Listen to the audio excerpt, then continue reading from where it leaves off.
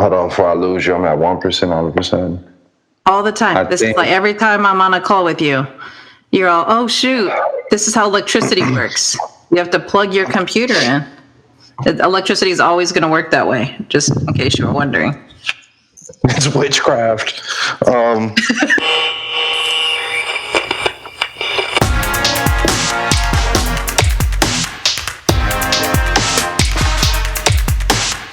Welcome to the inaugural episode of DIJ Justice, the podcast that explores building ideal communities with our less than ideal selves. I'm Delma Jackson. And I'm Shadiin Garcia.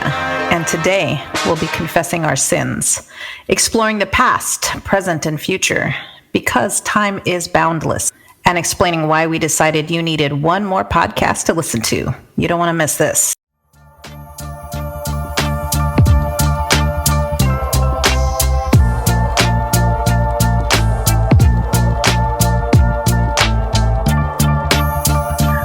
Friend, what are we going to put into this dream space today? So I'm going to riff off of the notion of being our best selves and try to tie it into the notion of erasure, and just say that I think what feels really important right now is dreaming into the idea that in such a divided country, and I'm divided against folks who I perceive as a real threat to my life and the lives of others. What does it mean to be at my best self? What does it mean to show up with love and compassion and an ear, even for my enemies, as they would wax in the Bible or as they would wax in the civil rights movement? Is that who I am? Is that what I want? And if so, do I have the tools to do it? And do I want to continue to live with folks that I perceive as a real threat on my life? And if I'm gonna live here and share a country space with them, what can I dream into to make that possible? I don't have answers, just questions. Yeah, it makes me think about two things. One, which you and I talk about all the time, it's this concept of the inclusivity around countries, as in there are like over 500 indigenous nations in the United States alone. Mm-hmm. And so thinking about the divisions also inside those nations, mm-hmm. inside the United States as a nation. Mm-hmm. So that, I don't have an answer, I have a question. But I feel like there are two types of invitations to be our highest self and the highest self, lowest self conversation. And I always think about, our amazing First Lady, who will be First Lady forever, Michelle Obama, when she talks about, the go high, go low conversation. Wow. But I think about, I accept that challenge to try to be a better human. It's when I'm asked to be my higher self in the face of brutal racism and all forms of oppression and erasure, that shit pisses me off. Like, yeah. I get that I'm trying to be a better person and we should all grow, but when I gotta, go into your biblical language, when I gotta turn the other cheek, or when I have to be, when we talked about this before, when you're facilitating and you're holding space for people in whiteness, why do I have to be my highest self? And shit, isn't me responding in the way my body feels like it wants to respond an actual highest self anyway? Mm-hmm. Mm-hmm. Yep. I don't have the answer either. I clearly just have anger. Some undealt with grief. Oh, Shida. Yeah. No answers yet, but I think Hang on. Did you just swear in another language? I did. All right. In German, of all languages. I was going to say. Deutschland. So at the end of the day, that's what we're here to do, is to kind of sort through and bring people along to sort through with us some of these bigger questions around solidarity, community, et cetera, et cetera, et cetera. But before we dive into any of that, I wanted to draw our attention to that current moment that you just named, right? This context that we're in post-election. There's been no shortage of think pieces around what's going on right now, what we're seeing. And I think the thing I'm always drawn to and I think you and I both named is something we're deeply interested in, is the ways in which history informs the present, informs the future, is circular in nature. And for me, I'm reminded of the years 1860 and 1968. And there's been no shortage of folks writing about this, but really briefly, like 1860, we're leading up to a civil war, right?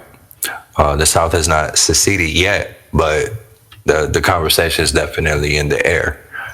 Stephen Douglas is a Northern Democrat who's anti-slavery, who's running for president at this time. John Breckinridge, pro-slavery, Southern Democrat. John Bell doesn't want to do anything with slavery. So the states that already have it, leave it alone. He's a third-party candidate running with the Constitutional Union Party. And then finally, Abe Lincoln, he's against slavery's expansion, right? Representing the GOP. And these are the candidates we have. Lincoln obviously ends up winning, and for practical reasons, decides to write up the Emancipation Proclamation. The South succeeds.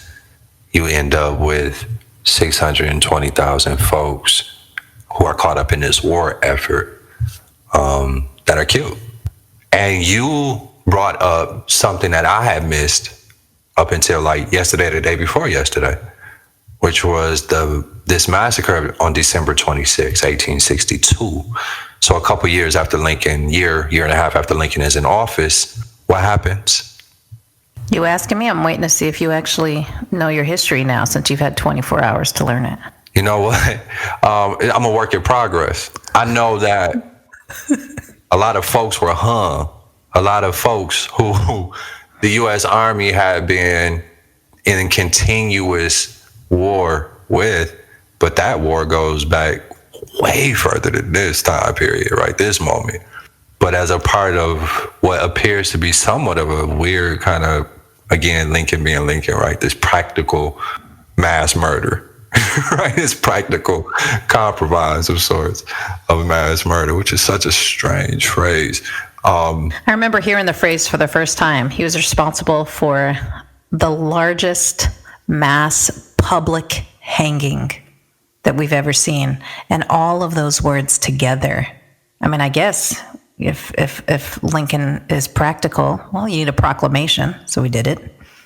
Needed to massacre a bunch of Indians to steal their land. Did it. And then, 620,000 killed. Did it. Can't say he didn't accomplish it. He was checking off the boxes like nobody's business, to be sure. But the key in that, which I appreciate, because every time I'm on calls with you, I learned something new. Every time you're on calls with me, you learn something new. But what we never get the chance to talk about and explore, which we're hoping to explore here, is the purposeful nature that you and I don't have this information to begin with. Mm-hmm. Mm-hmm. The intentional nature that I don't know half the shit that you know about Black history. Mm-hmm. Or quite frankly, Black present. Mm-hmm. Yeah, and same, right? Even the language that I have been equipped with to talk about indigenous folks, nations, as opposed to tribes, which is the word I always came up with, right? And so I think early on in one of our conversations, I was using the term tribe, and you're like, hold on, what?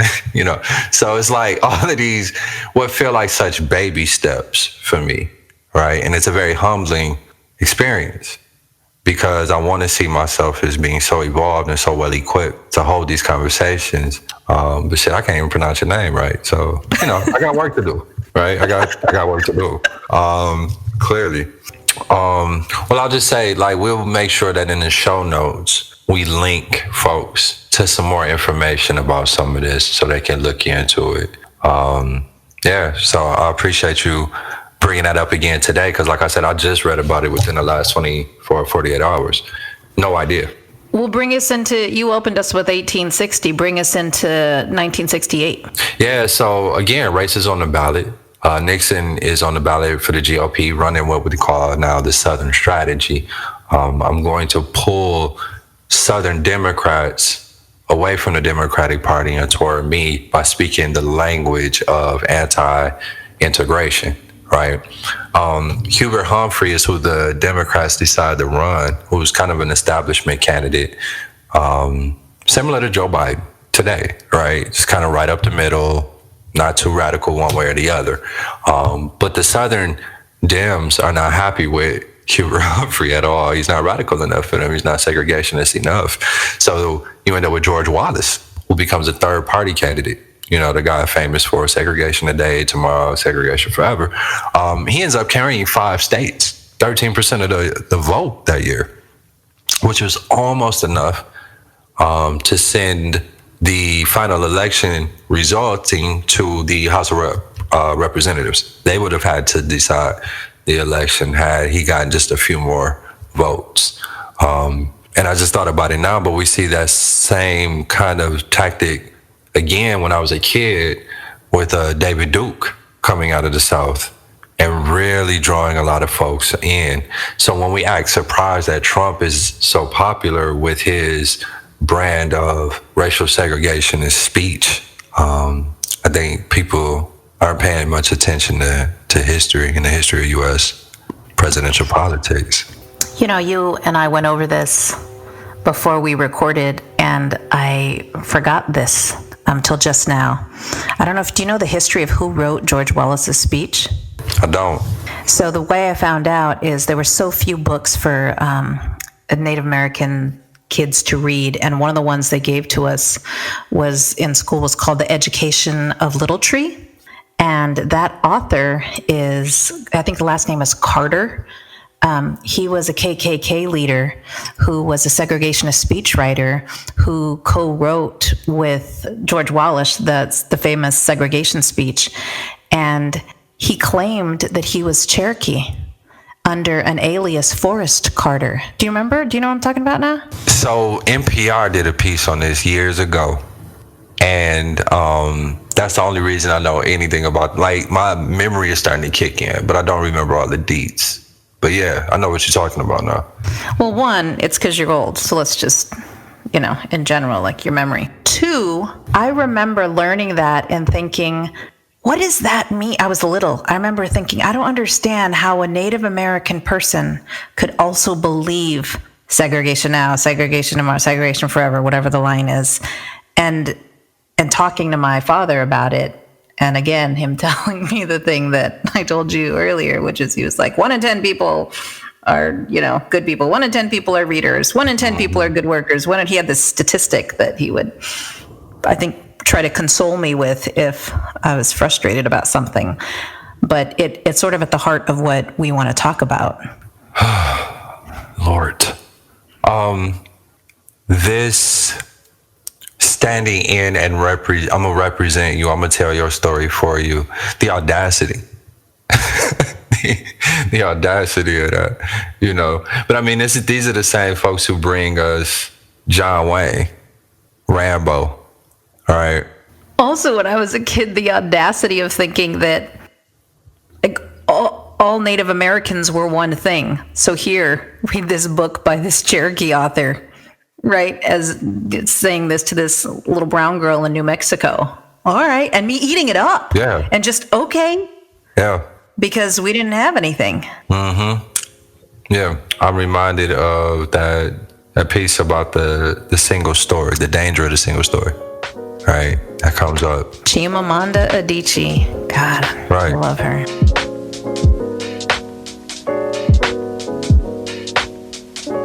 Thank you for giving Diamond Justice a listen. We recognize that your time is the most valuable currency you have. If you're digging the pod, there are a couple things you could do to show your support. First, head over to your favorite podcast platform and leave us a review. It just takes a few seconds of your time, and every review helps us grow our listenership and broadens the conversations we can have together. The second thing you can do and should do is consider supporting the podcast by visiting our Patreon page at patreon.com/dive_in_justice. If you won't do it for Shadiin, consider Delma, even though he's kind of an ass.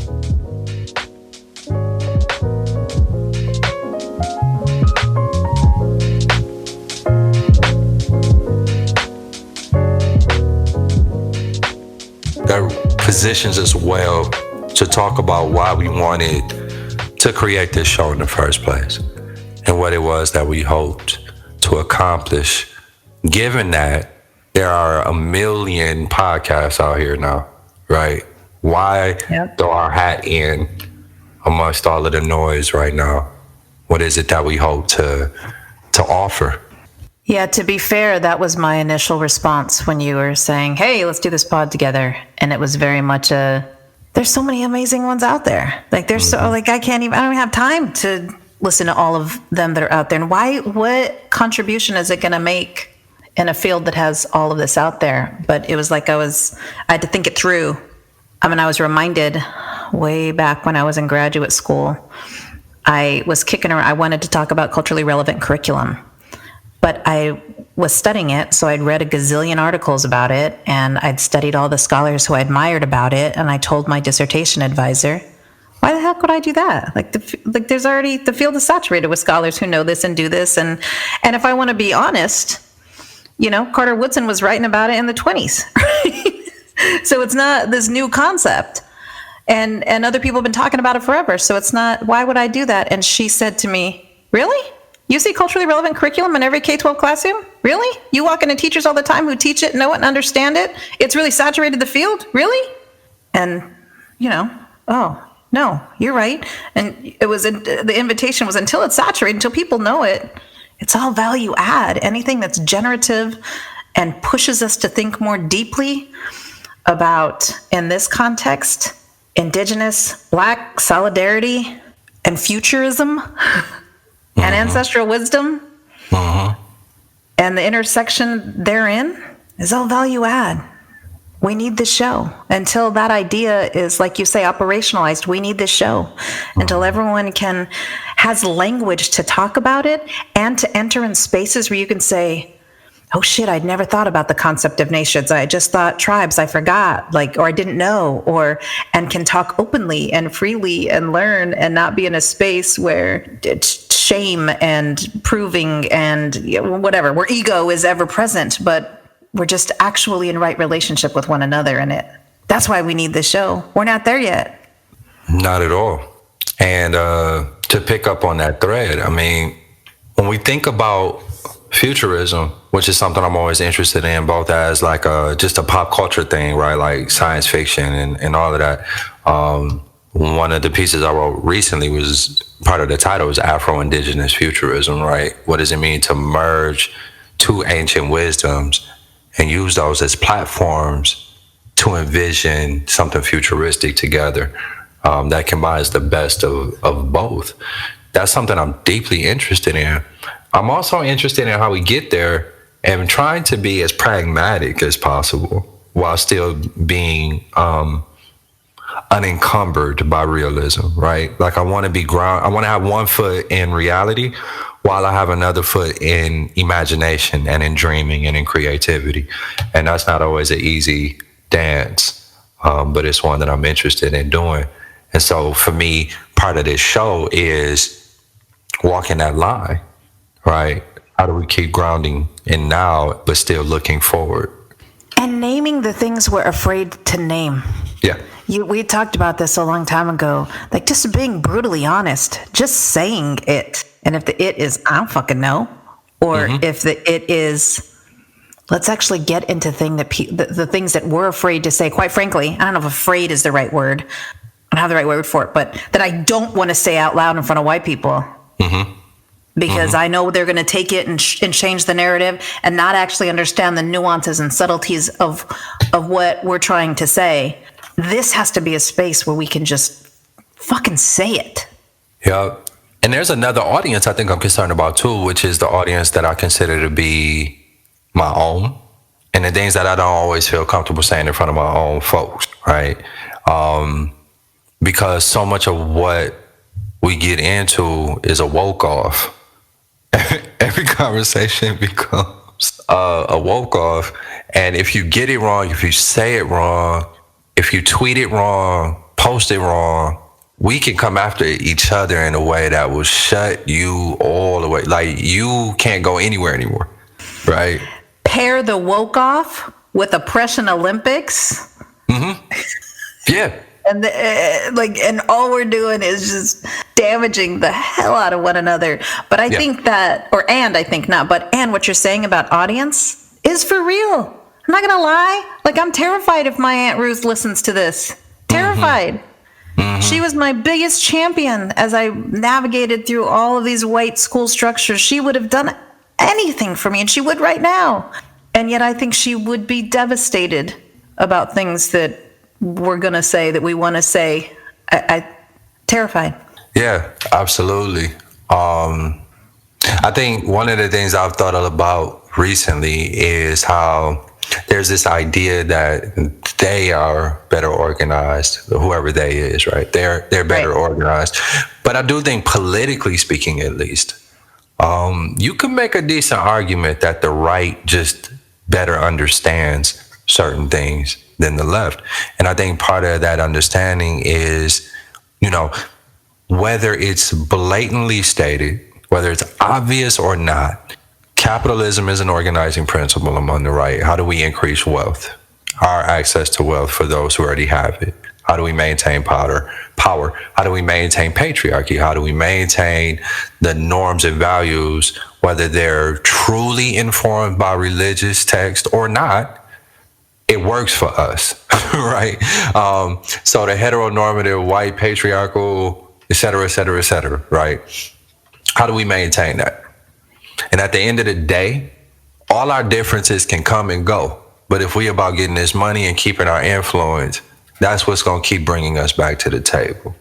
And so that allows them, I think, to drive certain agendas forward, to have long vision and to stick with that. Like the way they've populated the Supreme Court didn't happen overnight.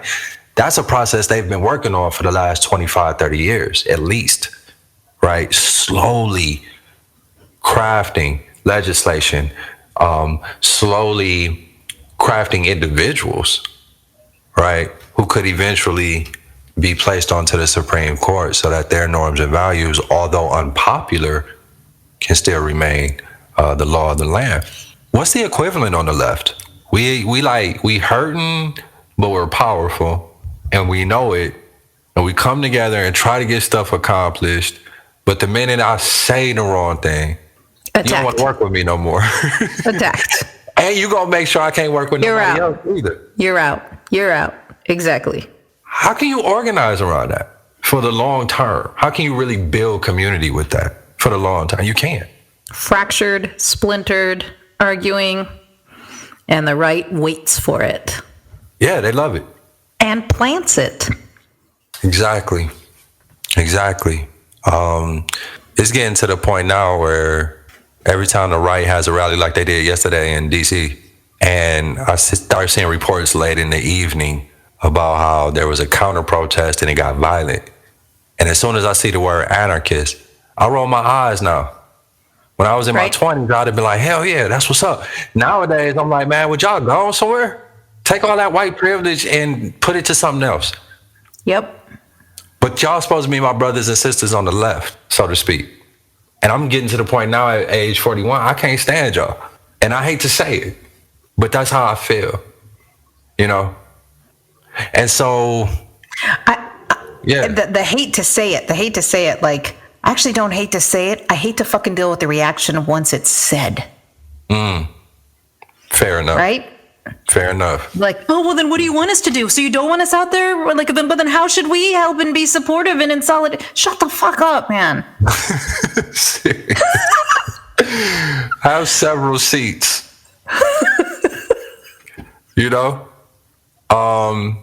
Yeah, it's, and I want certain things, like I want a certain type of community, right? And I want certain values to be expressed and to be woven into the fabric of the community.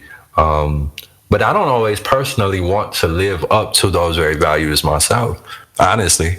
Like sometimes I don't feel like being bothered with none of y'all. I just want my Xbox. Leave me alone. I want my cigarettes and I want my liquor and I want my red meat. Exactly. And if somebody else say something to me about yoga, I promise I will burn this yurt to the ground. I want to Netflix binge, smoke cigarettes, and drink my vodka soda.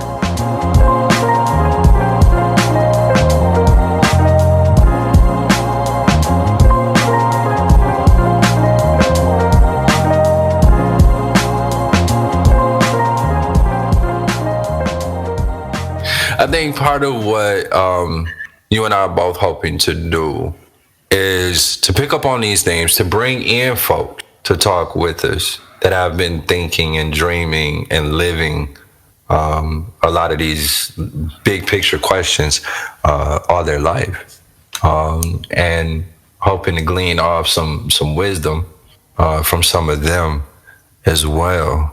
But yeah, I want to dream. I want to use this as a dreaming space. And like I said, I want to keep one foot in reality. So that means talking bad about us sometimes, right? Including myself, and especially you. That's a given. That's a given. That's where I'm most comfortable. When I rank the things I'm good at and feel good about talking bad about. Yeah, you're right. That's why you opened mispronouncing my name, for real. I mean, I wish I could say it was planned. You know, I know it isn't. I do. Because I get it right sometimes, and then other times I get it wrong, as though I just met you. And it's been, what, a year and a half-ish since I met you? I'm going to say, like, didn't I? Hasn't had a big impression on me, so it's really hard to maybe name. a couple months we've known each other. I'm about to hang up on you. That's how this episode is going to end. We're just like click. Out.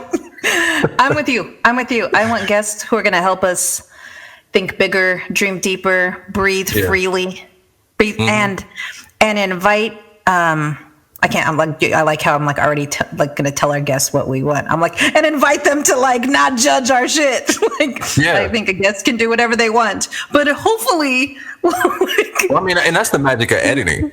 If they too judgy, the audience won't know it. Like, I don't know what happened to their response to that question. It must have been a glitch. Exactly. But I think I could summarize what they say. They say, absolute brilliance, Shadiin, for real. You know, Delma, getting there. Yeah. Wow. Yeah. So you used an imaginary guest to throw shade at me. I just want to name that.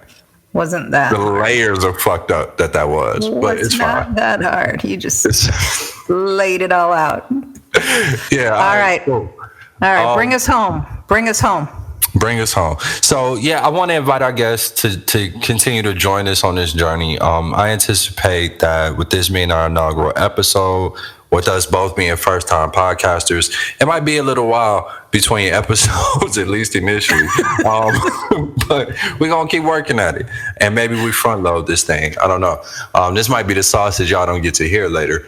But yeah, I know we want to bring in some politicians and some artists and some philosophers and some activists and a whole bevy of folks, scholars, you know, who can really add some perspective and some lens to this.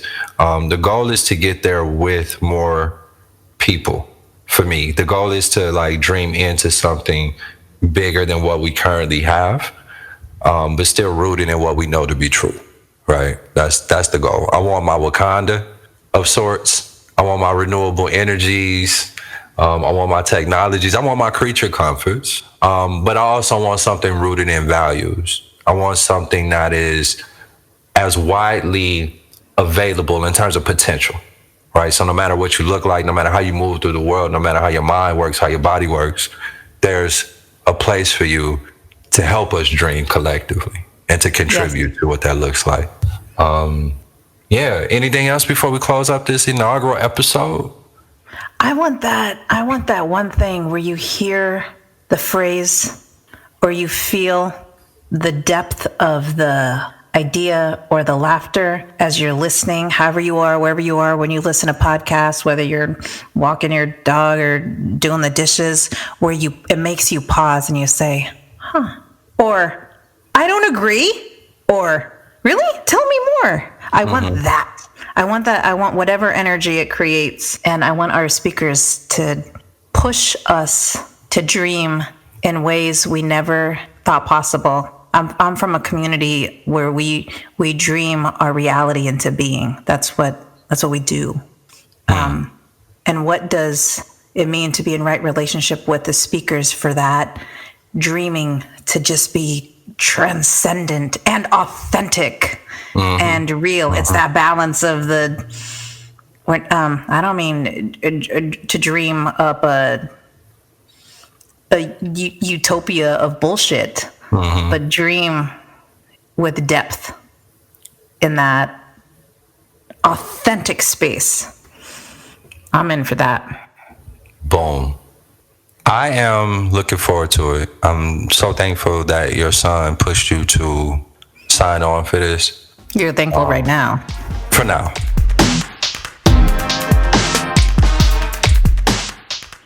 Dive in Justice is a co-production of the Center for Whole Communities and Shoreline Consulting. The Center for Whole Communities exists to build capacity at the individual, organizational, and community level to deepen awareness, embrace differences, and value relationships, thus making change possible. Shoreline Consulting co-constructs solutions and strategies that align with your goals and leverages the voices, perspectives, and wisdom of those who stand to benefit. For more information on the Center for Whole Communities, find us at wholecommunities.org. For more information on Shoreline Consulting, visit us on the web at thinkshorelines.com.